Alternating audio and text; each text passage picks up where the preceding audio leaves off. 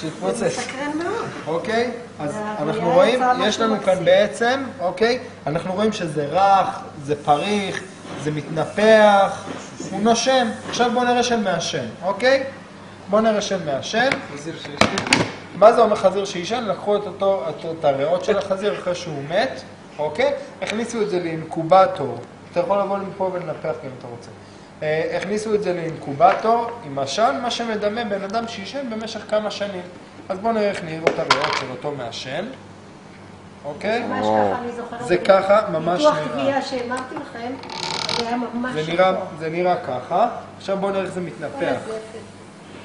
הכל השחור זה זפת, יש כאן מלא גידולים, אוקיי? מלא תיגעו, תראו גידולים. גידולים. אוקיי? תיגעו וזה תראו. זה גידולים גושים סרטניים? כאלה. מלא גושים זה הגידולים. נכון, נכון, נכון מאוד. אוקיי? זה לא מתנפח בצורה אחידה, זה נקרע, זה ריאות של בן אדם מעשן. אבל זה אחרי שהוא מת, איך פתאום נהיו גידולים? לא, אחרי שהוא מת. זה לא משנה. מה זה הנוזל הזה? זה לא ממש... מה שקורה, שבגלל ששמו את זה בחומר משמר, עדיין הריאה יכלה לפתח שם גידול גם אחרי שהוא מת. כן.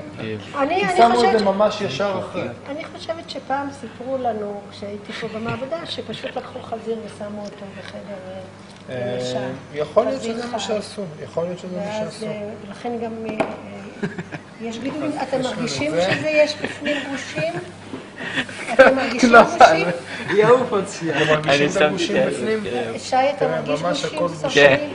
אוקיי? איפה גושים? לא, זה גם בפנים. תבדוק תבדוק אתה יכול משהו ממש, קשה. תראה שזה גם ממש נהיה צמיג מרוב הזפת.